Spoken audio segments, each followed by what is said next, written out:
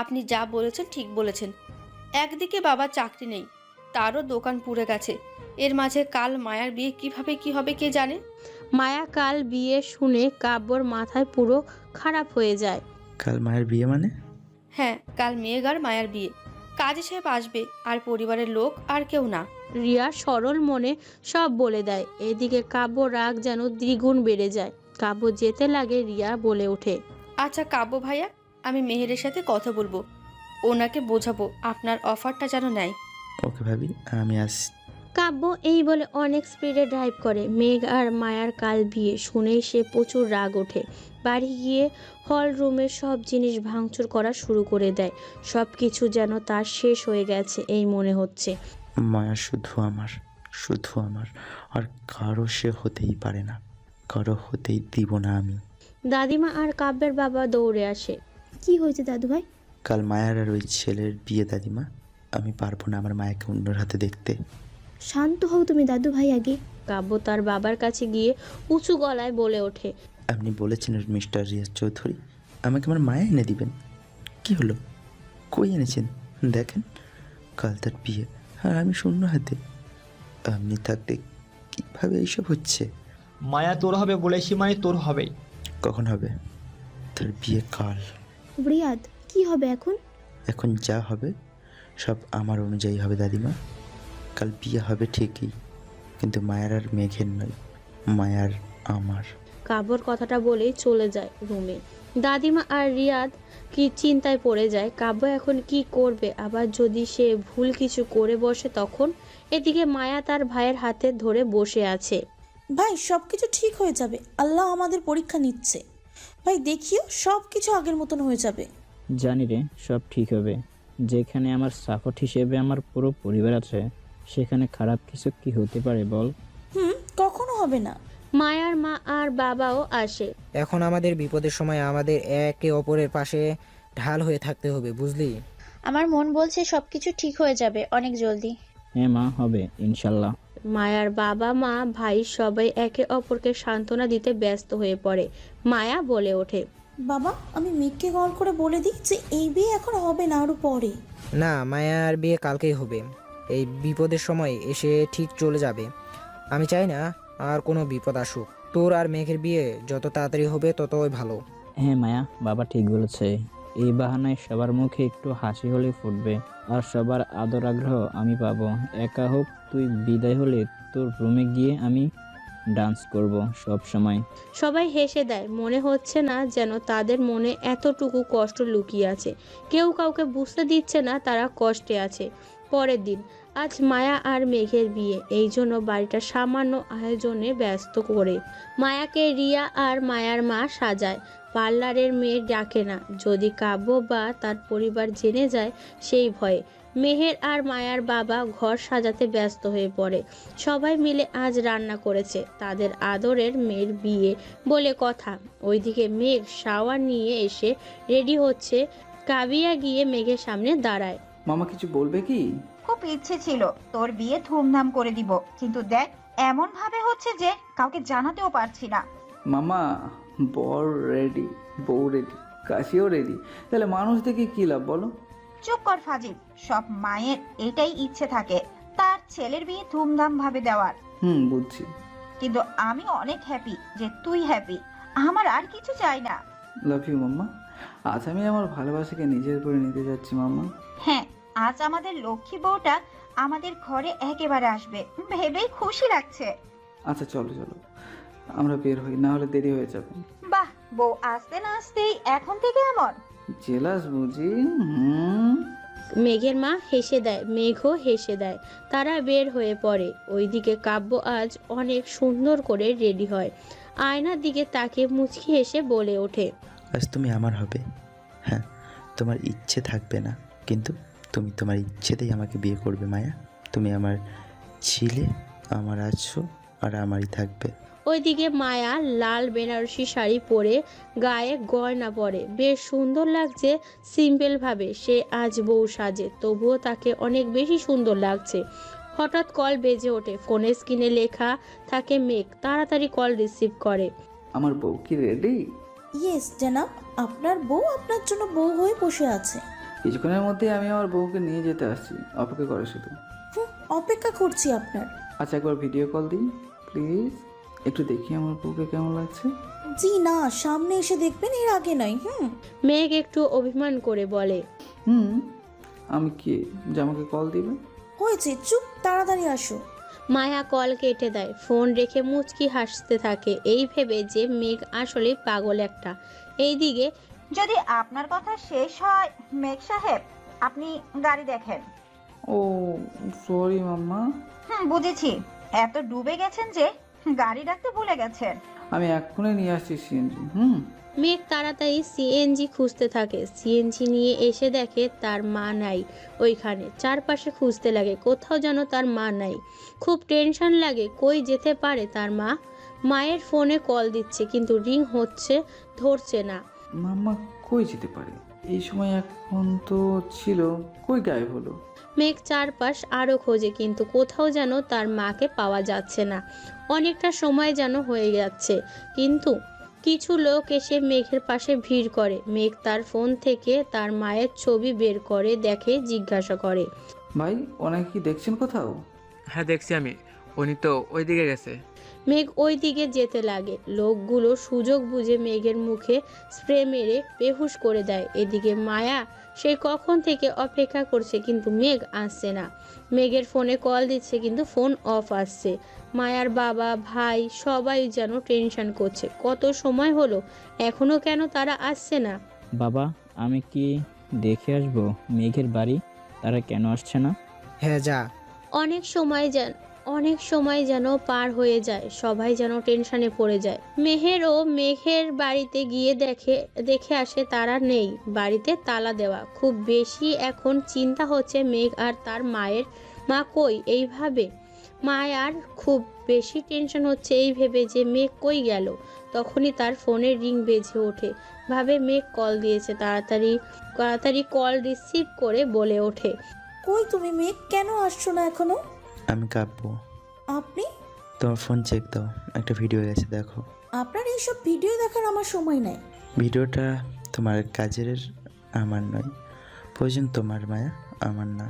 কাব্যর এমন কথা শুনে যেন মায়া থমকে যায়। তাড়াতাড়ি ভিডিও ওপেন করে দেখে মেঘ আর তার মাকে একটা রুমে হাত পা বেঁধে, মুখ সব বেঁধে রেখেছে। এই দেখে যেন মায়ার বুকটা মুচড়ে ওঠে। এসব কি? তাদের এমন কেন করছেন? খুব সিম্পল মায়া, তোমার জন্য। আপনি ভুল করছেন, প্লিজ ছেড়ে দিন তাদের, প্লিজ। ছেড়ে দিব, কিন্তু তুমি আমার সাথে এই মুহূর্তে দেখা করতে হবে। আমি যা বলবো তা করতে হবে, কাউকে কিছু বলতে পারবে না। যদি কিছু বলো তাহলে তাদের লাশ তোমার কাছে আমি পার্সেল করে পাঠিয়ে দিব, মনে রাখিও। না প্লিজ, তাদের ক্ষতি করিয়েন না, আমি আসছি এক্ষুনি। মায়ার খুব ভয়, তাড়াতাড়ি বাড়ি থেকে বেরিয়ে যায়। মেহের বাড়ির সবাইকে জিজ্ঞাসা করে কিন্তু সে কিছু বলে যায়নি, বেরিয়ে পড়েছে। রাত প্রায় 11টা। মায়া তার বাড়ি ফিরে আসে, গলায় চোখ দুটি ফোলা, মাথার নিচে করে দাঁড়িয়ে আছে। কই গেছিলি তুই? এত সময় কই ছিলি? কত চিন্তা হচ্ছে আমাদের, জানিস তুই?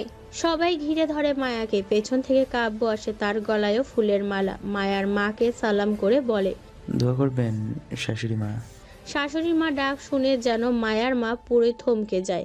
এই কয়েক ঘন্টায় যেন মায়ার পুরো জীবন পাল্টে দেয়। দোয়া করবেন শাশুড়ি মা। শাশুড়ি ডাকটা শুনেই যেন মায়ার মা পুরো থমকে যায়। এই কয়েক ঘন্টায় যেন মায়ার পুরো জীবন পাল্টে দেয়। মায়া চুপ করে দাঁড়িয়ে আছে, চোখের পানি যেন আটকাচ্ছেই না তার। মায়ার পুরো পরিবার থমকে যায় মায়াকে কাব্যের সাথে দেখে। মায়া কই ছিলি তুই? আর মেঘ আর তার মা কই, জানতে পেরেছিস? মায়া এখনো চুপ করে আছে। মায়া, বাবা কিছু জিজ্ঞেস করেছে, কিছু তো বল। আর তুই কাব্যের সাথে কেন? সে কেন মাকে শাশুড়ি আম্মা বলছে? মায়া কিছু তো বল। আরে শালাবাবু, আমি বলছি। কে তোমার শালাবাবু? কেন তুমি? মায়া যদি, না মায়া না, মিসেস মায়া কাব্য চৌধুরী যদি আমার বউ হয় তাহলে তো তার মা আমার শাশুড়ি হবে, বাবা আমার শ্বশুর, আর তাই ভাই আমার শালাবাবু, তাই না? কি বলো ওয়াইফি? মায়া ও কি বলছে এসব? তুমি ওর বউ মানে? মায়া চুপ করে কেন আছো? দেখ, আমাকে বল সবটা কি হয়েছে। তুই ওকে বিয়ে করেছিস, এটা কি সত্যি? না, একদম সত্যি না, আমার মেয়ে কখনো এমন করতেই পারে না। সবাই অনেক বলছে, মায়া এখনো চুপ করে আছে। কাব্য মায়ার কাছে এসে বলে, ওয়াইফি, সত্যিটা বলো সবাইকে। সবাই অনেক উত্তেজিত হয়ে আছে। মায়া বল। হ্যাঁ, আমি ওনাকে বিয়ে করেছি। কথাটা যেন সবার কাছে স্বপ্নের মতো। মা তো রেগে মায়াকে মারতে থাকে অনেক। মায়ার বাবা বিশ্বাসই করতে পারছে না মায়ার বিয়ে করেছে, তাও আবার কাব্যকে।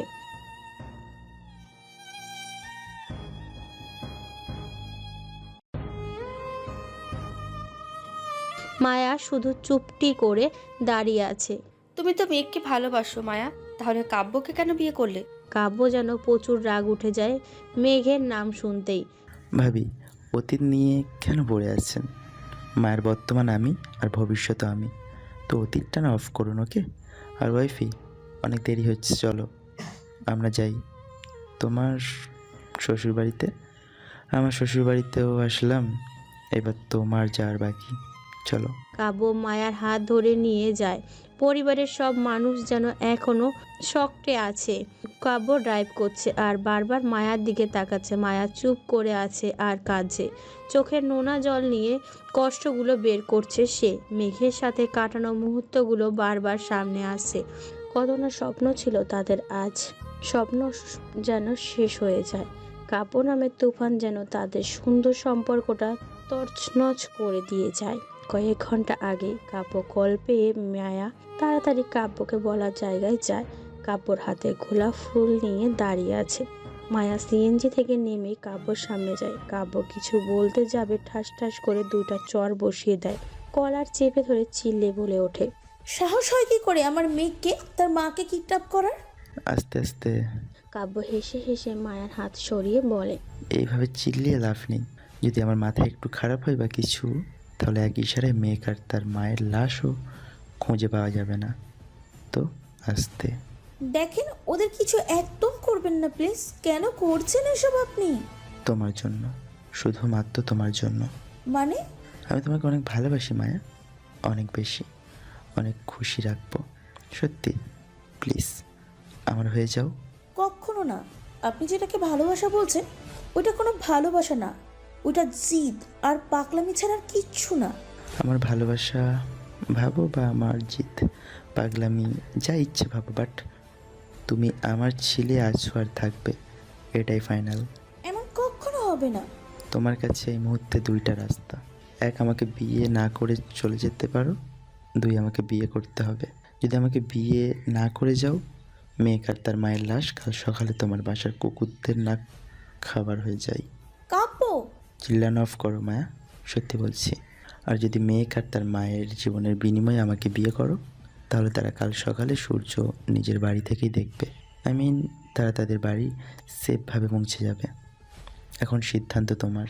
মায়া চুপ করে আছে, ভাবছি কি করবে। একদিকে মেঘের ভালোবাসা, অন্যদিকে কাব্যের পাগলামি জিদ। যদি মেঘ আর তার মাকে বাঁচাতে হয়, এই মুহূর্তে কাব্যকে বিয়ে করতে হবে। যদি বিয়ে না করে, তাহলে মেঘ আর তার মাকে খুন করে ফেলবে। মায়ার বুকটা যেন ছিঁড়ে যাচ্ছে এই ভেবে যে মেঘের কি অবস্থা। অনেক সময় ভালোবাসাকে বাঁচাতে গিয়ে ভালোবাসার মানুষটিকে রক্ষা করতে নিজের স্বপ্ন, নিজের সুখ, নিজের ভালোবাসা সব কিছুকে ত্যাগ করে ওই মানুষটাকে রক্ষা করার জন্য নিজেকে বিপদের মুখে নিতেও অনেক সময় ভাবা হয় না। কেউ যদি আমাকে জিজ্ঞাসা করে ভালোবাসা মানে কি, আমি বলবো ভালোবাসা মানে ত্যাগ করার মতো শক্তি নিজের মধ্যে রেখে ভালোবাসায় পা দেওয়ার নামই ভালোবাসা। প্রেম তো সবাই করতে পারে, কিন্তু ভালো কজন বা বাঁচতে পারে। অনেক সময় আমাদের অনেক কিছু ত্যাগ করতে হয় ভালোবাসার জন্য, হোক সেটা ছোট বা বড়, হোক ফ্যামিলির কাছে বা অন্য কিছুর কাছে। ভালোবাসতে মনে সাহস নিয়ে বাঁচতে হয়। ভালোবাসার মানুষের সুখের জন্য ত্যাগ স্বীকার করতে হয়। ভালোবাসার মানুষটিকে পাশে পাওয়ার থেকেও তাকে রক্ষা করতে হয়, আর খেয়াল রাখতে হয় সে কেমন আছে, ওইটাও জানতে হয়। বুকটা ছিঁড়ে যায়। ভালোবাসা মানে ত্যাগ স্বীকার করা আর এক নাম। মায়া কাব্যকে বিয়ে করে নেয় শুধুমাত্র মেঘের আর তার মায়ের জীবন বাঁচাতে। সম্পর্কটুকু কোন দিক যায় কেউ জানে না। এদিকে মেঘের ভালোবাসা, অন্যদিকে কাব্যের পাগলামো। কোনটা আজ জানা নেই। মায়া তার স্বপ্নের জগতে ডুবে আছে। সেই কখন থেকে কাব্য মায়াকে ডাক দেয়। মায়া, আমরা এসে গেছি। মায়ার হুঁশ ফেরে কাব্যের ডাকে। কাব্য গাড়ি থেকে নেমে গাড়ির দরজা খুলে দেয়। নেমে যেন মনটা আরো বেশি খারাপ হয়ে যায়। খুব কষ্ট হচ্ছে, খুব বেশি কি থেকে কি হয়ে গেল। এ তো হবার কথা ছিল না, তাহলে কেন বা এমনটা হলো? এইসব চিন্তায় যেন মায়াকে নিজের মধ্যে শেষ করে দিচ্ছে। মায়ার হাত ধরে যাবে কাব্য, মায়ের হাতটা নিজের দিকে টেনে নেয়। তার রাগের লুকে কাব্যর দিকে তাকায়। ইস ওয়াইফি, এইভাবে তাকিও না, আমার হার্টবিট যেন বেড়ে যায়। কি না চাহনি এই মায়া ভরা টানাটানা চোখে। উফ। মায়ার খুব বিরক্তি লাগছে, সে হাঁটা শুরু করে দেয়। কাব্য হেসে সেও মায়ার সাথে সাথে আসে। দরজা নক করার পরই কাজের লোক এসে খুলে দেয়। কাব্য নতুন বউ নিয়ে দাঁড়িয়ে আছে। দাঁড়িয়ে না থেকে দাদিমাকে সবাইকে ডাকো, তাড়াতাড়ি এসে তাদের নতুন বউকে বরণ করতে বলো। কাজের লোক গিয়ে তাড়াতাড়ি কাব্যের দাদিমার বাবাকে ডেকে আনে। দাদিমা তো মায়াকে বউ সাজে দেখে কিনা খুশি। মায়াকে এসে জড়িয়ে ধরে বলে, আমি জানতাম আমার ঘরের বউ যদি কেউ হয় সেটা তুই। আর আমার কাব্যের পছন্দ বলে কথা, কখনো যেতে দিব নাকি? এইসব বিয়ে করেছি আর কি। যাই হোক দাদিমা, মিসেস মায়াকাব্য চৌধুরী দাঁড়িয়ে আছে তোমার সামনে। কেমন লেগেছে? আমার সারপ্রাইজ জাস্ট অসাধারণ। দাদিমা নিজের হাতে সোনার বালা খুলে মায়াকে পরিয়ে দেয়। মায়ার মুখে যেন এক বিন্দুও হাসি নেই। দাদু ভাই, কাল সকালেই আমি সবাইকে ডাকবো, অনুষ্ঠান হবে। আমার নাতবউ এসেছে আমার বাসায়, আমি কিন্তু পার্টি রাখবো। যা ইচ্ছে করিও, কিন্তু এখন ওকে রেস্ট করতে দাও, রাত তো অনেক হয়েছে। আর দাদিমা, আমার বউকে কেমন লাগছে বল না তো।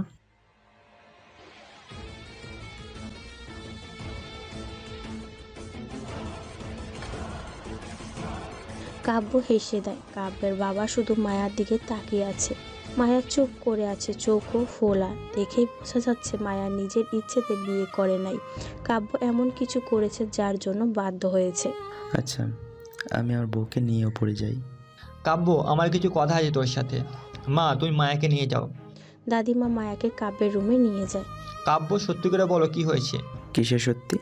মায়া তোকে এত সহজে বিয়ে করতে রাজি হয়েছে, এটা আমি কখনো বিশ্বাস করব না। এমন কিছু যে তুই করেছিস তার জন্য সে তোকে বিয়ে করতে রাজি হয়। মিস্টার রিয়াজ চৌধুরী, কথায় আছে না, সোজা আঙুলে যদি ঘি না ওঠে তাহলে আঙুল বাঁকা করতে হয়। ঠিক তেমন হয়েছে। যেখানে টাকার পাওয়ার আছে সেখানে অসম্ভবকে সম্ভব করা ব্যাপারই না। কাব্য এই বলে চলে যায়। কাব্যর বাবা খুবই চিন্তায় পড়ে। ছেলেটা এমন কিছু করে নাই তো যা খুব অন্যায়? এইদিকে মায়া কাব্যের রুমে আসে।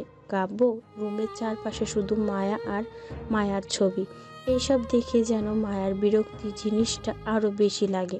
আমার দাদু ভাই বড্ড বেশি ভালোবাসে তোমাকে মায়া, ওকে কখনো কষ্ট দিস না, মনের রানী বানিয়ে রাখবে। মায়া চুপ করে আছে। আজ রেস্ট নেই, কাল থেকে অনেক গল্প করব। এত বড় বাড়িতে একা থেকে থেকে আমি পুরো বিরক্ত হয়ে গেছি। উফ, এখন তো দুজনে অনেক আড্ডা দিতে পারবো, জমিয়ে গল্প করব। কাব্য এসেই দেখে মায়ার সাথে দাদিমা কথা বলছে। হে জানেমন, এখন আমাকে আর আমার ওয়াইফিকে একটু একা প্রাইভেট টাইম দাও। ওরে দুষ্টু বউ না, আসতেই দাদিমাকে পর করে দিলি। আমার প্রথম জিএফ তো তুমি আছো আর থাকবেই, কিন্তু আমার প্রথম ভালোবাসা আমার ওয়াইফি। বুঝি। আচ্ছা তোরা রেস্ট কর, আমি মায়ার জন্য কাপড় পাঠিয়ে দিচ্ছি, আর কিছু খাবারও। দাদিমা চলে যায়। মায়া চুপ করে বসে আছে। পাশে ছোট্ট টেবিলে নজর যায়, সেখানেও মায়ার ছবি। কফি খেয়েছে যে কাপটা ওইখানেও আছে, কিন্তু কফি কাপেও মায়ার ছবি। এই দেখে যেন মায়ার প্রচুর পরিমাণে রাগ আরও বেড়ে যায়। এই কেমন পাগলামি ভেবেও তবু সে কাব্যের সাথে কথা বলছে না। দাদিমা চলে যায়। মায়া চুপ করে বসে আছে। পাশের ছোট্ট টেবিলটিতে নজর যায়, সেখানেও মায়ার ছবি। কফি খেয়েছে যে কাপটা ওইখানেও আছে, কিন্তু ছবি কাপের মায়ার ছবি। এই দেখে যেন মায়ার প্রচুর পরিমাণে রাগ আরও বেড়ে যায়। এই কেমন পাগলামি ভেবে তবুও সে কাব্যের সাথে কথা বলছে না। কাব্য মুচকি হেসে মায়ার সামনে যায়। ওয়াইফি, কি খাবে তুমি? মায়া কাব্যের কোনো কথায় যেন পাত্তা দিচ্ছে না। কাব্য মায়ার হাত ধরতে যাবে, মায়া উঠে দাঁড়িয়ে খুব রাগান্বিতভাবে তাকিয়ে আছে। ও ওয়াইফি, এই চাহনি, জাস্ট ফিদা আমি। আপনার লজ্জা শরম বলতে কিচ্ছু নাই? লজ্জা শরম কেন আসবে এখানে? নিজের বউকে বলেছি যে তার উপর আমি ফিদা। এখানে লজ্জা শরম তো আসার কথাই নেই। আপনার মতন এমন বেশরম আর অমানুষ আমি জীবনে দেখি নাই। অমানুষ মানে? হ্যাঁ, আপনি তো মানুষ না, একটা অমানুষ। আপনার মতন এত নীচ মানুষ আর একটাও হয় না। অন্যের দুর্বলতার সুযোগ নিয়ে তাকে ব্যবহার করেছেন। ছি। একটা কথা শুনেছো যে ভালোবাসার যুদ্ধে সব কিছু করা যায়। তোমাকে পাওয়ার জন্য যদি আমাকে যত নিচে নামতে হতো আমি নামতাম। এখন যত ইচ্ছা আমাকে অমানুষ, নীচ, ব্লা ব্লা ব্লা ডাকো না কেন, আমার কিছু যায় আসে না। সত্যি এখন এইটাই যে তুমি মিসেস কাব্য মায়া চৌধুরী। হ্যাঁ, ঠিক বলেছেন। আপনার মতন হাজবেন্ড পেয়েও নিজেকে সবচেয়ে আনলাকি মানুষ আজ আমি ভাবতাছি। হয়তো আল্লাহ আমার উপর নারাজ, তাই আপনার মতন একটা অমানুষকে আমার হাজবেন্ড হিসাবে দিয়েছে। এই অমানুষকে আবার ভালোবেসে কখন ফেলো কে জানে। আপনার হাসি পাচ্ছে? সিরিয়াসলি? আজ আমার থেকে খুশি এই দুনিয়ায় কেউ নেই। আজ আমি আমার ভালোবাসার মানুষকে পেয়েছি, ওই মানুষকে পেয়েছি যাকে আমি চেয়েছি। ভুল ধারণা আপনার, সম্পূর্ণ ভুল। মানে? আপনি আমাকে তো জোর করে বিয়ে করে নিলেন, কিন্তু জোর করে কখনো ভালোবাসা আদায় করতে পারবেন না। আমি সব সময় মেঘকে ভালোবেসে যাব, শুনেছেন আপনি? কাব্য এভাবে রেগে যায়। এতক্ষণ তো সে হেসে হেসে কথা বলছে, এইবার সে রেগে মায়ার হাত শক্ত করে ধরে নিজের দিকে টেনে বলে, আজ নিয়েছো ওই নাম, নেক্সট টাইম যদি ওই নাম নাও তাহলে। মায়া কাব্যকে ধাক্কা দিয়ে জোর করে ওঠে। তাহলে কি? হ্যাঁ, তাহলে কি? আমাকে মেরে ফেলবেন? হ্যাঁ, মেরে ফেলেন। আপনার মতন লোকের সাথে থাকার চেয়ে মরে যাওয়া তো 1000 গুণ বেটার। তুমি ভাবলে কিভাবে আমি তোমাকে আঘাত করব? আমি বেঁচে থাকতে তোমার গায়ে একটা আঁচ পর্যন্ত আসতে দিব না, ওকে? তুমি যদি এই মেঘের নাম নাও বা ওই মেঘের সাথে কোনো রকমভাবে যোগাযোগ করো, তাহলে আমি তাকে খুন করে ফেলবো। তার লাশ তুমি সুন্দরভাবে প্যাকেট করা পাবে। মায়া কাব্যের গলা চেপে ধরে। যদি আমার মেঘের গায়ে সামান্যটুকু আঁচ লাগে তাহলে আমি তাকে খুন করে ফেলবো, বুঝলি? আমার মেঘের নাম আমি সব সময় নিব। আমার মনে সব সময় এই নাম লেখা আছে, থাকবে আজীবন, ওকে? হাই কি না লুক! উফ, এই লুকে তো আমি বারবার ফিদা। এই ওয়াইফি, এই কিউটনেস কোথা থেকে পাও? কি? একদিন তুমি আমাকে ভালোবাসবে, অনেক বেশি বাসবে। আর হ্যাঁ, চিন্তা করিও না, তোমাকে আমি স্পর্শ করব না। আবার দেখিও, বাংলা ছবির মেয়েদের মতো বলিও না যে এই শয়তান, তুই আমার দেহ পাবি মন পাবি না। আসলেই পাগল আপনি, সন্দেহ নেই। হ্যাঁ পাগল আমি তোমার পাগল, বলতে পারো ক্রেজি লাভার। মায়া বুঝতে পারে কাব্যের সাথে কথা বলা বেকার তার। সে চুপচাপ অন্যদিকে ফিরে যায়। আচ্ছা কি খাবা? বিষ খাবো, তাই এনে দেন। আচ্ছা ঠিক আছে। কাব্য এই বলে রুম থেকে বের হয়ে যায়। মায়া প্রচুর রাগ ওঠে, ভাবে এই কেমন লোক। আবার খুব চিন্তা হচ্ছে এই ভেবে যে মেঘ ঠিক আছে তো, আর তার মা আর কি সুস্থভাবে বাড়ি ফিরেছে নাকি না। মায়া খুব শরীরটা খারাপ হয়, কান্নায় শরীর পুরো দুর্বল হয়ে যায়। তার ছবি দেওয়া কফি কাপটা দেখে যেন আরও রাগ লাগে। তাতে কি এত জোরে আছাড় দেয় যে একটু শান্তি পায়। অনেক জলদি আফসোস করবি তুই কাব্য চৌধুরী আমাকে বিয়ে করার জন্য। হেল বানিয়ে দেবো তোর পুরো লাইফ আমি। মায়া এই বলে ওয়াশরুমে যায় ফ্রেশ হতে। আয়নার পাশে তার ছবি দেখে আরও রাগ লাগে। সি, বাথরুমে পর্যন্ত আমার ছবি! এমন পাগল জীবনও দেখি না। তার কাছে যদি সম্ভব হয় তাহলে সাবানেও আমার ছবি বানিয়ে ইউজ করবে। এইদিকে কাব্য কিছু খাবার নিয়ে এসে দেখে মায়ার রুমে নেই। বাথরুম থেকে পানির আওয়াজ আসে, বুঝতে পারে মায়া বাথরুমে গেছে। কাব্য মায়ার জন্য একটা ড্রেস আনে, তার বেডে রেখে খাবারগুলো রেখে রুম থেকে বের হয়ে যায়। মায়া বাথরুম থেকে বের হয়ে দেখে কাব্য এখনো রুমে আসে নাই। নজর যায় খাবার আর ড্রেসের দিকে। খুব রাগ লাগে এই সব দেখে, সবগুলো ফেলে দেয়। রাগে রুম অন্ধকার করে এক কোণায় বসে কাঁদতে শুরু করে। খুব বেশি তার কষ্ট হচ্ছে এই ভেবে যে কি হওয়ার কথা ছিল আর কি হলো। কেন আল্লাহ, কেন আমাকে এত বড় শাস্তি দিলেন? কেন? আমি জানি না যখন মেঘ সত্যিটা জানবে তার কি হবে। সে তো মরেই যাবে, আমি কিভাবে তার সামনে যাব এই চেহারা নিয়ে? কিভাবে? আমার পুরো লাইফ কেন এইভাবে এলোমেলো হয়ে গেল? কেন এত স্বপ্ন, এত কিছু, সব কিছু আশা শেষ হয়ে গেল?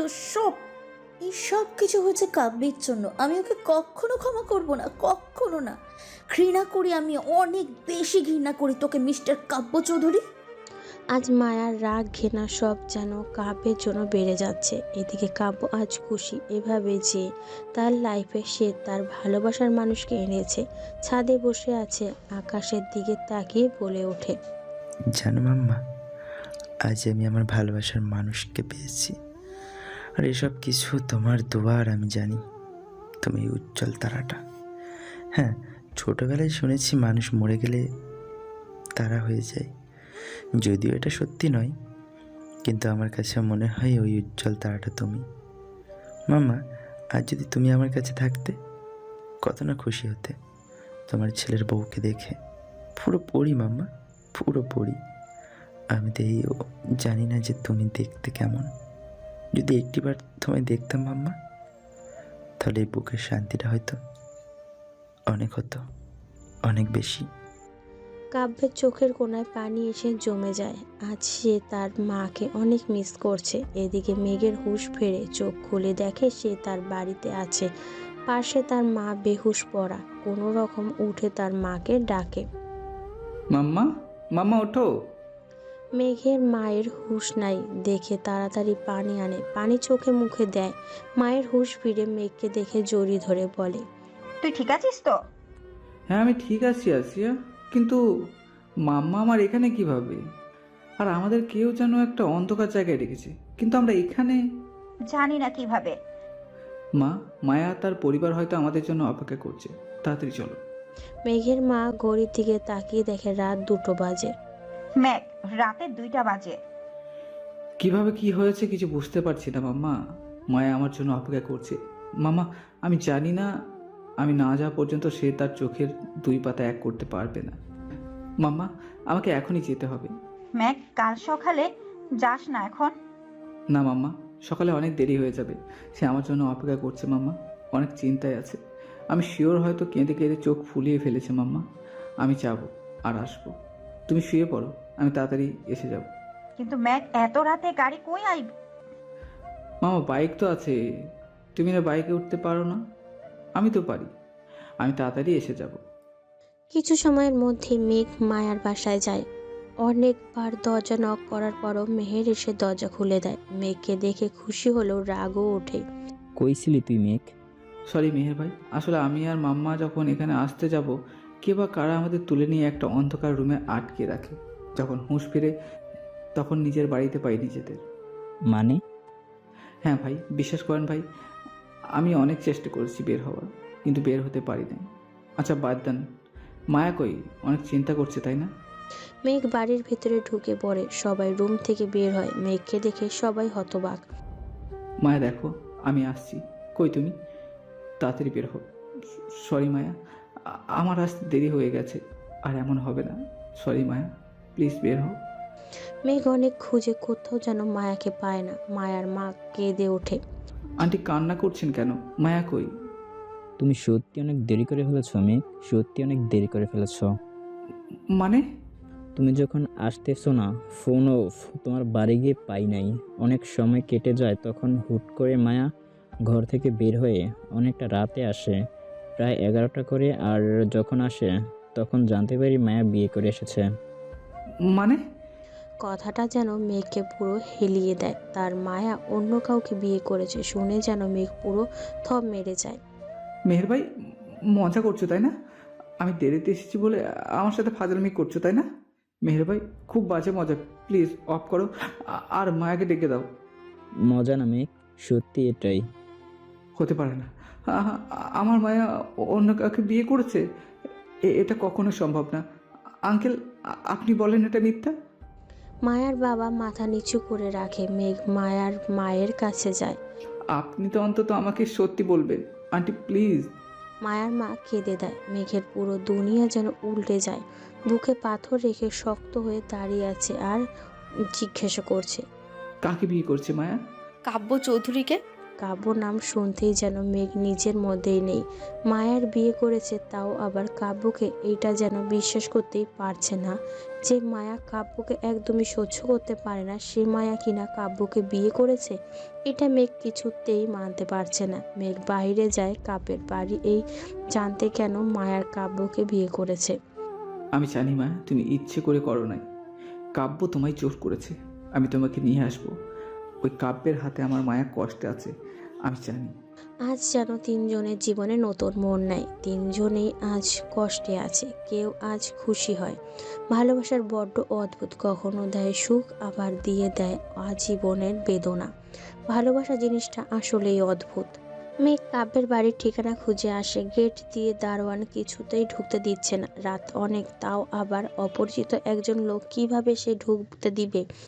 দেখুন প্লিজ, ভেতরে যাওয়া আমার জন্য খুবই দরকার, প্লিজ বোঝার চেষ্টা করুন। আপনার যা দরকার কাল সকালে আসেন, এখন সবাই ঘুমিয়ে। আর ছোট বাবা আজ নতুন বউ নিয়ে আসছে, এখন তো একদম যেতে দেওয়া যাবে না, চোর ডাকাতের বিশ্বাস নেই। আমাকে দেখে কি আপনাদের ডাকাত মনে হচ্ছে? কেন বোঝার চেষ্টা করছেন না? স্যার, আপনাকে এই মুহূর্তে আমি যেতে দিতে পারি না, আপনি কাল আসেন। আমি কোথাও যাব না, ওকে? মায়া, মায়া। মেঘ ওখান থেকে চিল্লানো শুরু করে। কাব্য ছাদে থাকায় শুনতে পায়। সে ছাদ থেকে তাকিয়ে আছে বাইরের গেটে। মেঘকে দেখে মুচকি হেসে বলে ওঠে, আমি জিতে গেলাম মেঘ, আর তুই হেরে গেলি। বললি না পাওয়ার দিয়ে কিছু করা যায় না? দেখ, আজ পাওয়ার দিয়ে আমি তোর মায়াকে নিজের করে নিলাম। কাব্য দারোয়ানকে কল দিয়ে বলে, ওকে ভিতরে আসতে দেন। ছোট বাবা আপনাকে ভেতরে যাইতে বলেছে। মেঘ গেটের ভেতরে যায়। বাড়ির ভেতরে ঢোকার সাথে সাথে লাইট সব জ্বলে ওঠে। মায়া, মায়া কই তুমি? দেখো আমি এসে গেছি তোমাকে নিতে। মায়া। কাব্য নিচে নেমে এসে কিছুটা বিরক্ত ভাব নিয়েই বলে, ভদ্রলোকের বাড়িতে এত রাতে আসতে নেই, এটা কি জানো না? মেঘ কাব্যকে দেখে রেগে যায়। কাব্যর গলা চেপে ধরে বলে, আমার মায়া কোথায়? বল, আমার মায়াকে কই রেখেছিস তুই? আস্তে আস্তে এত হাইপার হলে তো চলবে না বস। তোর সাথে এখানে আমি আস্তে কথা বলতে আসি নাই। আমার মায়া কই ব্যস্ত বল। তার নাম সম্মানের সাথে নেই। সেই বাড়ির বউ, চৌধুরী বাড়ির বউ, মিসেস কাব্য চৌধুরী। মায়া কখনো তোকে নিজের ইচ্ছেতে বিয়ে করতে পারে না। আমি জানি তুই তাকে জোর করেছিস। এক মিনিট, আমাকে আর আমার মাকে তুই কিডন্যাপ করেছিলি আর তাকে জোর করে বিয়ে করেছিস। ছি, এত নিচ তুই! দুজন ভালোবাসার মানুষকে আলাদা করে তুই সুখী হবি, তা তুই ভাবলি কিভাবে? সুখ আমার কাছে সব সময় থাকে, ওকে? বলেছিলি না যে পাওয়ার দিয়ে কিছু করতে পারবো না? আজ দেখ, এই পাওয়ার দিয়ে আমি মায়াকে নিজের করে নিলাম। মায়াকে মিসেস মায়া কাব্য চৌধুরী করে নিলাম। নিচে এত আওয়াজ পেয়ে দাদিমা আর কাব্যর বাবা আসে। ওর নাম মেঘ, খুব ভালো আর ভদ্র ছেলে, অন্তত আমার মতো তো একদমই নয়, তাই না মেঘ? যা শ্যাট আপ, ওকে? মায়া কই তা বল। কি দাদাগিরি! আমার বাড়ি এসে এত রাতে চিল্লায়, আবার ঘরের বউয়ের নাম নেয়। দেখুন, আপনি না জেনে মাঝখানে একদম কথা বলবেন না। হ্যাঁ, আমার দাদিমায়ের সাথে উঁচু আওয়াজে একদম কথা বলবি না। এতক্ষণ নর্মালি কথা বলছি, এই না যে আমি অনেক ভদ্র তোর মতো। গলা ধাক্কা দিয়ে যাওয়ার আগে এখান থেকে চলে যা। মায়ের সাথে দেখা না করে আমি কোথাও যাব না, ওকে? মায়া মেঘের আওয়াজ পেয়ে নিচে নেমে আসে। মেঘকে দেখে অনেক খুশি হয়ে যায়। মেঘ, তুমি ঠিক আছো? মায়া, তুমি এটা কি করলে? কেন করলে? এই কাব্য তোমায় চোর করছে, তাই না? আমি জানি আমার মায়া কখনো আমাকে ছাড়া অন্য কারোর কথা ভাবতেই পারে না, বিয়ে তো দূরের কথা। মায়া চুপ করে আছে। কাব্য রাগও লাগছে, কিন্তু কিছু বলতে পর্যন্ত পারছে না। চলো আমার সাথে, তুমি এক্ষুনি আমার সাথে যাবে। কাব্য খুব রাগান্বিতভাবে তাকিয়ে আছে। মায়ার বুঝতে পারে, মেঘের হাত থেকে হাত সরিয়ে দেয়। কি হলো? এ হয় না মেঘ, আমি যেতে পারবো না তোমার সাথে। মানে? আমার বিয়ে হয়ে গেছে মেঘ, এটাই সত্যি। আর এই সত্যি তুমি আমি দুজনেই মেনে নিতে হবে। এই বিয়ে আমি কখনোই মানব না, কখনো না। এইটা জোর করে বিয়ে, যেখানে না তুমি সুখী হবে আর না আমি। এই কাব্য তোমাকে জোর করে বিয়ে করে এখানে রেখেছে। প্লিজ মায়া, চলো।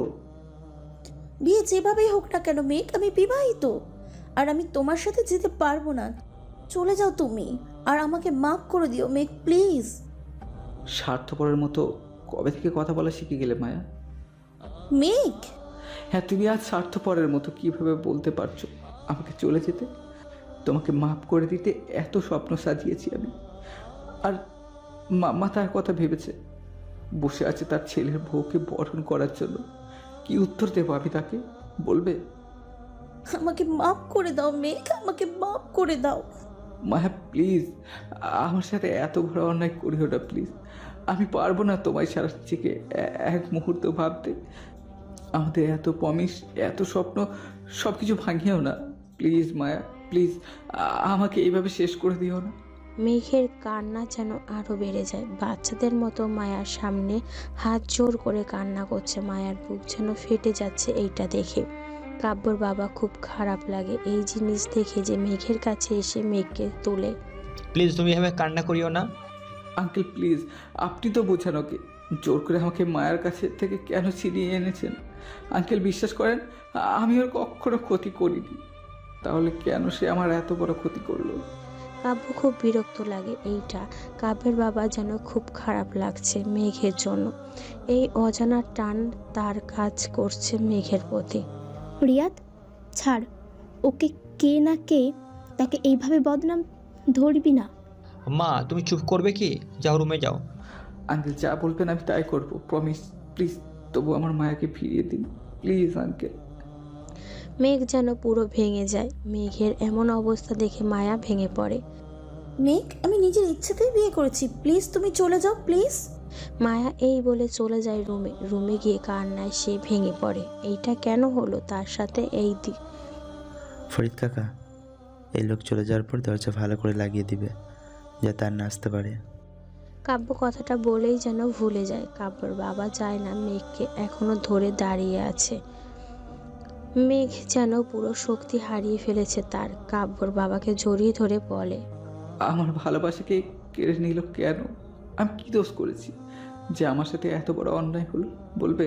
রক্তের স্পর্শ এক অদ্ভুত মায়ায় জড়িয়ে আছে। রক্ত যেন রক্তকে চিনে নেয়। রিয়াজ চৌধুরী আজ জানে না যে এই মেঘকে যাকে সে সান্ত্বনা দিচ্ছে সে তার ছেলে।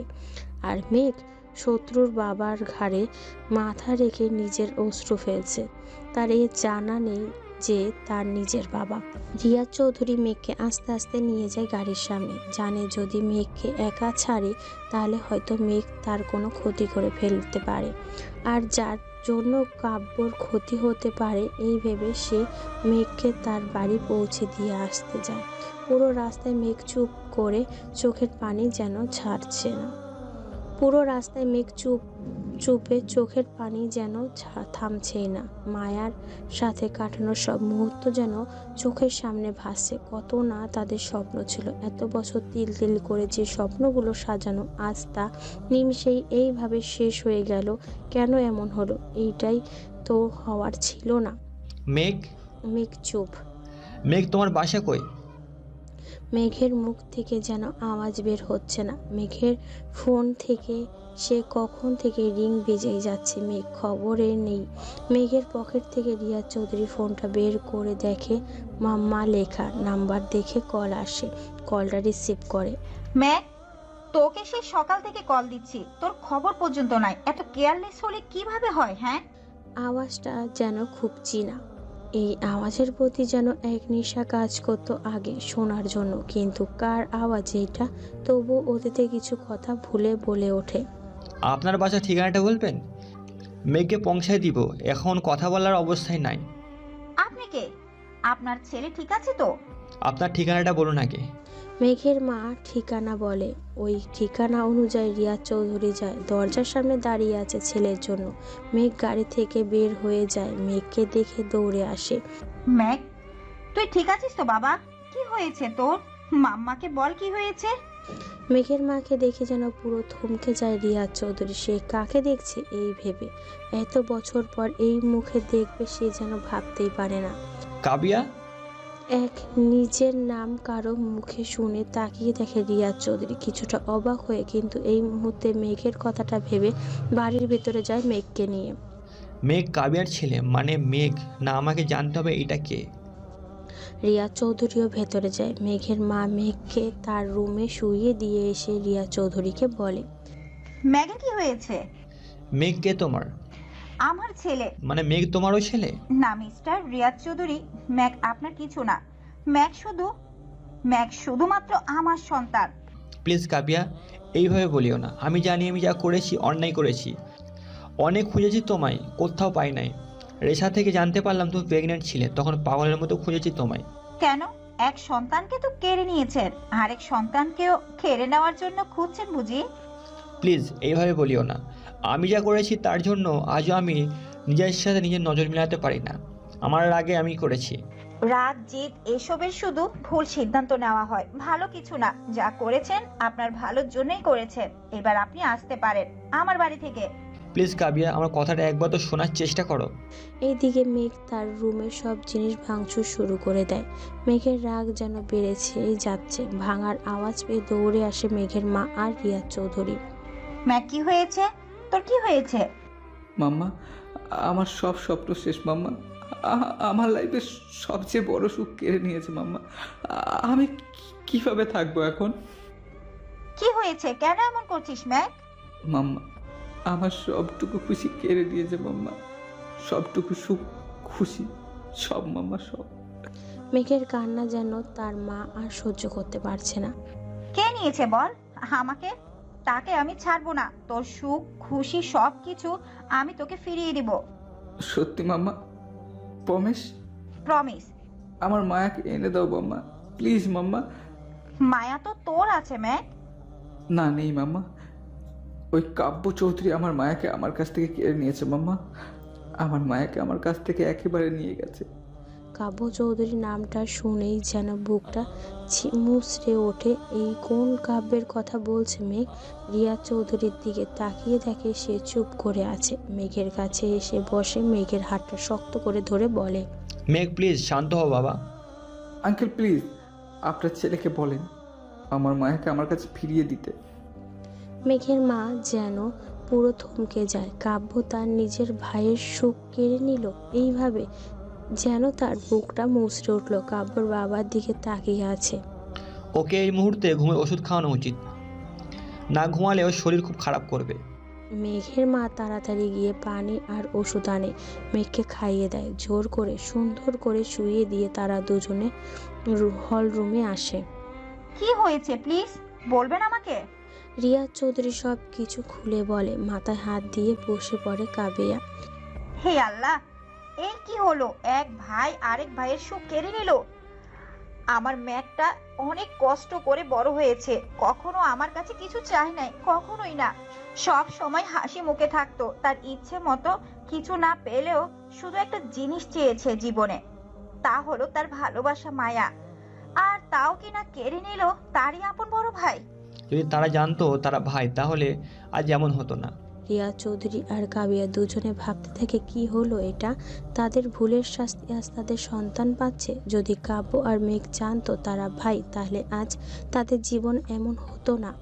আর না, আজ তারা একে অপরের শত্রু হতো। অনেক সময় তাদের কিছু ভুল সিদ্ধান্ত, রাগের মাথায় নেওয়া সিদ্ধান্ত আমাদের ভবিষ্যতে সামান্য সমস্যা দিতে পারে। রাগ জিদ এর মধ্যে কখনো সঠিক সিদ্ধান্ত নেওয়া যায় না। আজকের এই সবের জন্য শুধুমাত্র আপনি দায়ী মিস্টার রিয়াজ চৌধুরী। রিয়াজ চৌধুরীর কথাটা শুনে থমকে যায়। মানে? হ্যাঁ, শুধুমাত্র আপনার জন্য। আজ কাব্য আর ম্যাগ যদি একে অপরের শত্রু হয়ে থাকে, তাহলে সেজন্য দায়ী আপনি। হ্যাঁ হ্যাঁ, আপনি। কাবিয়া এমন কথা শুনে রিয়াজ চৌধুরী চুপ করে আছে। আজকে এসব এর জন্য কোথাও না কোথাও সে দায়ী। যদি আপনি ওই দিন আমাকে আমার কাব্যকে দিয়ে দিতেন, জোর করে তাকে আমার কাছ থেকে না নিয়ে নিতেন, তাহলে আজ এমন হতো না। কাবিয়া প্লিজ। জাস্ট সেট আপ, ওকে? আজকের এইসব কিছুই হয়েছে আপনার কারণে। ওই দিন কত হাত জোর করে বলেছি আমাকে আমার কাব্যকে দিয়ে দেন না। আমার মাসুম ছোট বাচ্চাটাকে আপনি আমার কাছ থেকে দূরে নিয়ে গেলেন। আমার বাচ্চাকে আমি আনার জন্য সব করেছি, ওই দিন আপনি আপনার পাওয়ার দেখিয়ে তাকে আমার কাছ থেকে লন্ডন নিয়ে গেলেন। কাব্যা, আমি জানি আমি ভুল করেছি, কিন্তু তার 2 মাস পর আমি এসেছি, অনেক খুঁজেছি তোমাকে, কিন্তু কোথাও পাই নাই। হ্যাঁ, কোথাও পান নাই বিদায় আপনি আপনার ছেলেকে বলেছেন তার মা মারা গেছে। বাহ মিস্টার রিয়াজ চৌধুরী, বাহ, কি অসাধারণ গেম খেললেন। কাব্যা প্লিজ আমাকে মাফ করে দাও প্লিজ। ওই দিন আমার যদি ইগো কাজ করে তাহলে তোমারও জিদ রাগ কাজ করেছিল। আপনার কারণে আজ আমার ছেলেদের এমন হাল, শুধুমাত্র আপনার কারণে। রিয়া চৌধুরী চুপ করে দাঁড়িয়ে আছে। আজ এসব এর জন্য আসলে রিয়া চৌধুরী দায়ী। তার এমন কিছু ভুল যা কাবিয়া মেনে নিতে পারে না। চলে যান প্লিজ। রিয়া চৌধুরী চুপচাপ আজ চলে যায়। সকালে মায়া এখনো চুপচাপ রুমে বসে আছে। কাব্য রুমে ঢুকে দেখে মায়া এখনো এক কোণায় বসে বসে চোখের পানি ফেলছে। যদি তোমার আশিকের জন্য চোখের পানি ফেলা হয়ে যায় তাহলে একটু স্থির দায়িত্ব নেভাও। যাও গিয়ে ফ্রেশ হয়ে আমার জন্য নাস্তা বানাও। মায়া কথাটা শুনেই রেগে মেগে আগুন এগিয়ে এসে বলে ওঠে, কেন? আপনি বুঝি মহান কাজে যাচ্ছেন যে আপনার জন্য নাস্তা বানিয়ে আমি রেডি থাকবো? কাব্য মায়ার হাত ধরে নিজের দিকে টেনে নেয়। মায়া ছোটার অনেক চেষ্টা করে, পারছে না। আজ কাব্য শক্তির সাথে। হাত ছাড়ুন। এত রাগ? তুমি কি ইসলামিক বই পড়ো না? যে স্বামীর সেবা করা উচিত, তার কথা শোনা উচিত। শয়তানের মুখে সোয়াব কোনা, এইসব কথা মানা না, ওকে? শয়তানকে? মায়া কাব্যকে নিজের সব শক্তি দিয়ে ধাক্কা দিয়ে বলে ওঠে, আপনি?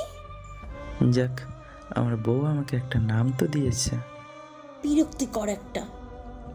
মায়া এই বলে চলে যায় বাথরুমে ফ্রেশ হতে। পানি ছেড়ে অনেক কান্না করে আর ভাবে মেঘের কি অবস্থা।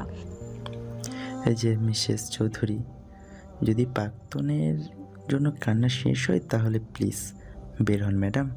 উফ, শান্তি মতন কাঁদতে পর্যন্ত দেয় না। কি যে পাপ করেছি যে এমন লোককে নিজের স্বামী রূপে পেলাম। অনেকক্ষণ পর মায়া ওয়াশরুম থেকে বের হয়ে দেখে কাব্য কোথাও নেই, কিন্তু বেডের ওপরে কয়েকটা শাড়ি পরে আছে, বেশ সুন্দর, সাথে কিছু গয়না। অনেক বিরক্ত হয়ে এইসব দেখে আবার ভাবে যদি এখান থেকে একটা না পরে তাহলে সে এই পোশাকে থাকতে হবে, তাই একটা শাড়ি পরে নেয়। নিচে এসে দেখে কাব্য কফি খাচ্ছে আর দাদিমার সাথে কথা বলছে। আরে মায়া, আসো আসো। কাব্য হাঁ করে তাকিয়ে আছে মায়ার দিকে। কালো একটা কাঁথান শাড়ি পরে, মুখে কোনো সাজ নেই, কান্না করে মুখ চোখ সব লাল করে রেখেছে। হাতে চুড়িগুলো নেই, কান গলা হাত সব খালি, কিন্তু মায়ার এই মায়াবী রূপে যেন কাব্য আজ মুগ্ধ। তোমার এই মুগ্ধ নয়নে যেন ডুবে যাই আমি। বারবার কি জাদু করেছো প্রিয়তমা, আমি যে হারিয়ে যাই তোমার প্রতি। কাব্য আনমনেই কথাটা বলে ওঠে। দাদিমা শুনে হেসে দেয়, আর মায়া শুনে তো পাচ্ছে না এখন কাব্যকে মেরে ফেলতে। বাহ, অসাধারণ তো বললি দাদু ভাই। হ্যাঁ হ্যাঁ, এই যে তোর বউকে দেখে তারিফ করলি এইভাবে। ও না, মানে এমনি বলেছি তোমায় দেখে দাদিমা। বুঝি বুঝি।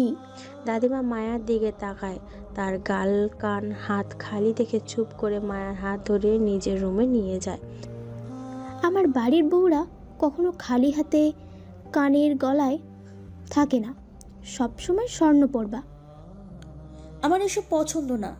দাদিমা আলমারি থেকে একটা গয়নার বক্স বের করে মায়ার পাশে বসে, মুচকি হেসে মায়ার হাত টেনে নিয়ে স্বর্ণের বালা পরাতে থাকে আর বলতে থাকে, তোমার পছন্দ অপছন্দ সব কিছু আগে ছিল, এখন আর নেই। জানি আমার কথা খারাপ লাগবে, কিন্তু যেভাবেই তোমাদের বিয়ে হোক না কেন, ইসলাম ও আইন অনুযায়ী তুমি আমার কাব্যস্ত্রী। তো নিজের স্ত্রীর দায়িত্ব নেভাও। তোমার দায়িত্ব কি ছিল আমি জানতে চাই না, ব্যাস এই বলবো। তোমার বর্তমান আর ভবিষ্যৎ আমার নাতি, আর তাকে ইম্পর্টেন্ট দেওয়া শিখে নাও। মায়া চুপ করে আছে, তার বলার যেন ভাষা নেই। আমার কাব্য ছোটো থেকে অনেক কষ্ট পেয়েছে। যদি বলো আমার নাতির তো অনেক টাকা এই সেই, তাহলে বলবো আমার নাতি সব ছিল, সব, তবুও সে সুখী ছিল না। বোঝার বয়স যখন, তখন মদের দুনিয়ায় ডুবে যায়। সে প্রথম ড্রিঙ্কস ছাড়ে তোমার জন্য। আমার নাতি খারাপ না, ভালোই পরিস্থিতি তাকে খারাপ করেছে। আমার পুরো বিশ্বাস তুমি তাকে ভালো করতে পারবে, পুরো তাকে ভালো করে তুলে নিবে। আমি কিভাবে? তোমার ভালোবাসা দিয়ে। কাব্য অনেক ভালোবাসে তোমাকে, অনেক বেশি। দাদিমা, উনি যা করেছে তা ঠিক না, অন্যায় করেছে উনি। যা কিছু করেছে তোমায় পাওয়ার জন্য মায়া। আর কাব্যকে কখনো কষ্ট দিও না মায়া, কখনো না। দাদিমা উঠে চলে যায়। মায়া ভাবতে থাকে, কি ফ্যামিলি রে বাবা, দোষ করেছে শাসন তো দূরের থাক, উল্টো তার গুণগান গিয়ে চলে গেল। নিজের রুমে এসে দেখে কাব্য ছবি আঁকছে খুব মনোযোগ দিয়ে। ওই দিকে পাত্তা না দিয়ে আবার বেরিয়ে আসে। ভাবে যতক্ষণ কাব্যর সামনে থাকবে তার রাগ যেন বেড়ে যাবে। নিচে এসে দেখে দাদিমা প্রচুর বাজার করা। মায়া, এদিকে আসো। মায়া দাদিমার কাছে যায়। আজকে সব রান্না তুমি করবে। আজ আমাদের বাড়ির নতুন বউয়ের রান্না খাওয়া হবে। এতদিন এদের হাতে খেয়ে খেয়ে মুখটা শেষ। আজ আমরা নাত বউয়ের সাথে রান্না খাবো। মায়া খুব বিরক্ত লাগে, তার মন একে তো খারাপ, তার ওপর আবার এত রান্না। তবুও মাথা নিচু করে সব মেনে নেয়। কাজের লোকগুলো সাহায্য করে তাকে রান্না। দুপুর হয়ে আসে, সবাই খেতে আসে, শুধু কাব্য নয়। মায়া, তোমার বর কই? বর শব্দটা শুনেই যেন এক রাগ কাজ করছে তার মধ্যে। যাও ডেকে আনো। দাদিমার কথা মতো সিঁড়ি দিয়ে যাচ্ছে, তার নিজের সাথে বকছে। যে আমার লাইফে সব হাসি খুশি সব কিছু কেড়ে নিয়েছে, তার জন্য আমি রান্না করলাম, আবার তাকে খুব আদর যত্ন করে খাওয়াতে হবে। এর আগে কেন যে আমি মরে গেলাম না। উফ আল্লাহ, কোন পাপের শাস্তি আমায় দিচ্ছ? চোখের কোণায় নোনা জল আসে, খুব কষ্ট হচ্ছে বুকের মধ্যে। তবু বুকে পাথর রেখে রুমে গিয়ে দেখে কাব্য নেই। বারান্দায় গিয়ে দেখে নেই। আসতে লাগবে, নজর যায় একটা বোর্ডের কাগজে। কালো শাড়ি পরা নিজেকে দেখে মায়া সকালের কালো শাড়ি পরে যেভাবে এসেছিল ঠিক সেভাবে কাব্য তার ছবিতে তাকে তুলে ধরেছে। কাব্য এই গুণ, সে অনেক সুন্দর ছবি। কাব্যর এক গুণ, সে অনেক সুন্দর ছবি আঁকতে পারে। মায়া যেন পুরো অবাক এই দেখে। কি দেখছো? পেছনে ফিরে দেখে কাব্য দাঁড়িয়ে আছে, মুখ মুছে আর তার দিকে তাকিয়ে আছে। কই না তো। ছবি ভালো হয়নি। আসলে আমার বউ এত সুন্দর যে যত চেষ্টা করছি তাকে আঁকতে তত আমি ব্যর্থ হচ্ছি।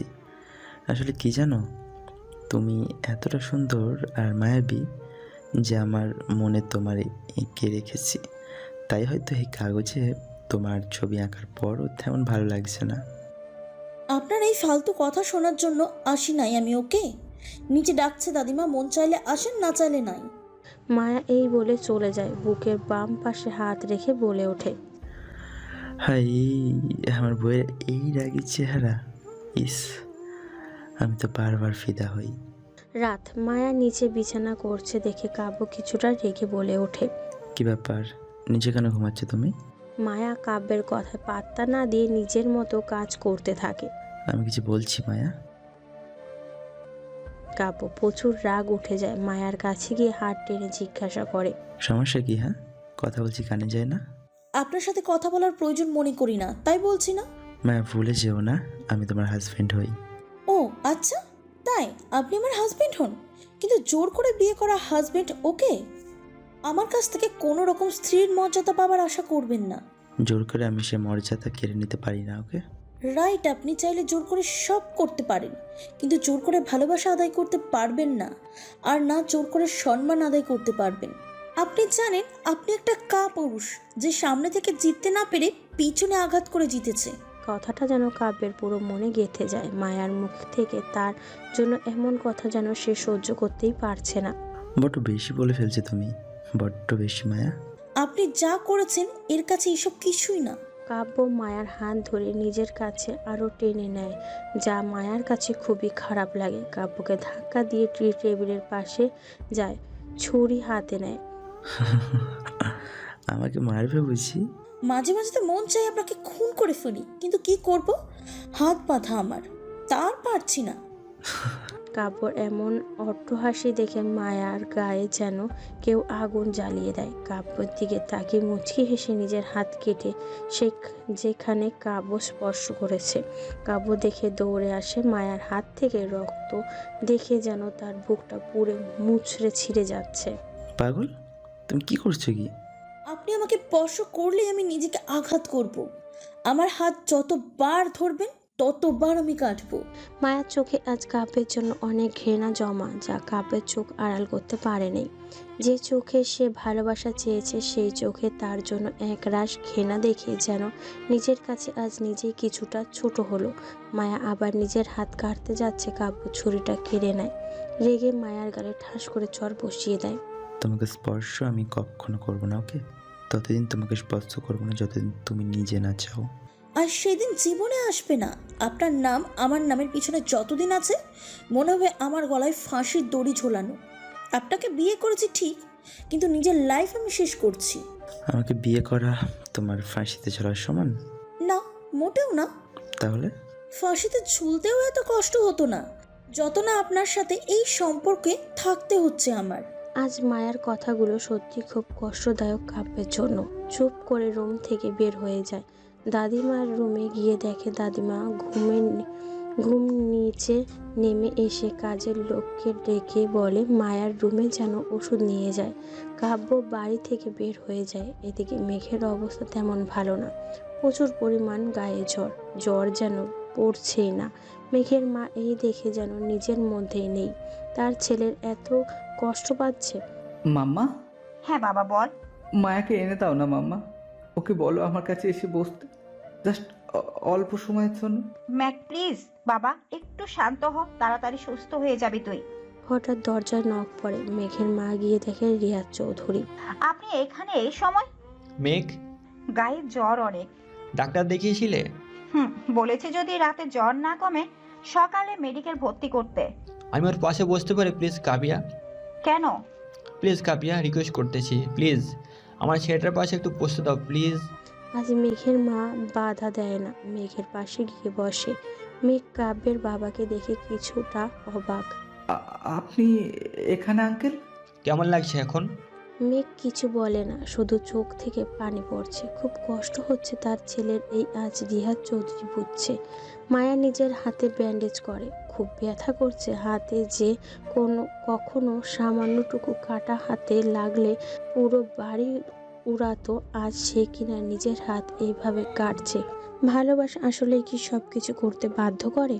বারান্দায় গিয়ে বসে আছে মায়া। খুব কষ্ট হচ্ছে এই ভেবে যে মেঘের কি অবস্থা। শীতল ঠান্ডা হাওয়ায় যেন গায়ে এসে ছুঁয়ে যাচ্ছে। অন্ধকার রাত যেন আজ মায়ার কাছে ভালোই লাগছে। চোখ থেকে পানি গড়িয়ে পড়ছে। খুব কষ্ট হচ্ছে, তবুও নিজেকে আজ সামলিয়ে নেওয়ার শিখে গেছে মায়া। কাব্য মায়ার জীবন যেন এইভাবেই চলতে থাকে। মায়ার মনে কাব্যের জন্য সামান্যটুকু ভালোবাসা জন্ম নেয় না। তার কাব্য সেও হাল ছাড়ে না। বেশ কিছুদিন পর মায়া রান্নাঘরে রান্না করছে। কাব্য বসে বসে কফি খাচ্ছে আর মায়ার দিকে এক নজরে তাকিয়ে আছে। বেশ খারাপ লাগছে এই চাইনি আজ মায়ার কাছে। মায়া, আজ ভাবছি ঘুরতে যাব, কি বলো? আরে কিছু তো বলতা। কাব্য কফির কাপটা রেখে মায়ের কাছে যায়। কি হলো, উত্তর দিচ্ছ না যে? প্রয়োজন মনে করছি না তাই দিচ্ছি না। বুঝেছি। আচ্ছা শোনো, আমার জন্য বিরিয়ানি রান্না করবে? আমার রান্না শেষ, খেতে মন চাইলে নিজে রান্না করুন বা কাউকে বলুন। মায়া বিরক্ত ভাব নিয়ে চলে যায়। কাব্য চুপ করে দাঁড়িয়ে আছে, ভাবছে কি বউ রে বাবা, এত রাগ তার। দাদিমার কাছে যায়। কি ব্যাপার, মন খারাপ কেন? তুমি কি করে বুঝলে? তোর মনের সব কথা আমি না বুঝলে কে বুঝবে? সেটাই। আচ্ছা দাদিমা, মায়াকে কিভাবে মানাই বলো তো? ওকে ঘুরতে নিয়ে যা বাইরে। সে তো যেতেই নারাজ। তাহলে তাকে ছোট্ট একটা সারপ্রাইজ দে আর গিফট দে। মেয়েদের ছোট ছোট সারপ্রাইজ, গিফট এসব খুব পছন্দ, দেখবি খুশি হয়ে যাবে। হ্যাঁ, তা ঠিক বললে। কাব্য খুশিতে মার্কেটে চলে যায়। কয়েক ঘন্টা পর মায়া বারান্দায় দাঁড়িয়ে আছে কফি কাপ হাতে নিয়ে। হুট করেই ফোন বেজে ওঠে। ফোনের স্ক্রিনে দেখে তার মায়ের নাম্বার। মুচকি এসে কল রিসিভ করে। কেমন আছো মা? তোকে ছাড়া আর কেমনেই বা থাকতে পারি। বাসার সবাই ভালো আছে? তোর ভাইয়ের দোকান আবার শুরু করেছে। মায়া খুশি হয়ে যায়। সত্যি মা? কাব্য, দোকান ঠিক করার আরো অনেক খরচ করে। তোর বাবাও অফিস থেকেও কল আসে, আবার সব কিছুই ঠিক হয়ে যায়। যাক, আলহামদুলিল্লাহ। এসব কিছুই কাব্য করেছে।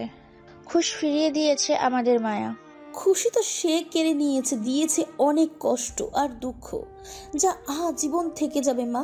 আমি জানি যা কিছু হয়েছে ঠিক হয়নি, কিন্তু বিয়ে ভাগ্যের ওপর মায়া। আল্লাহ যার সাথে যার জোড়া রাখে তার সাথেই হয়। বলতে কি চাও মা? যা কিছু হয়েছে ভুলে যা, আল্লাহর ইশারাই তো হয়েছে। দেখ মায়া, আমি জানি কষ্ট পেয়েছিস অনেক, কিন্তু এই সম্পর্ক, এই বিয়েকে একটা তো সুযোগ দে, দেখবি হয়তো অনেক খুশি হবি।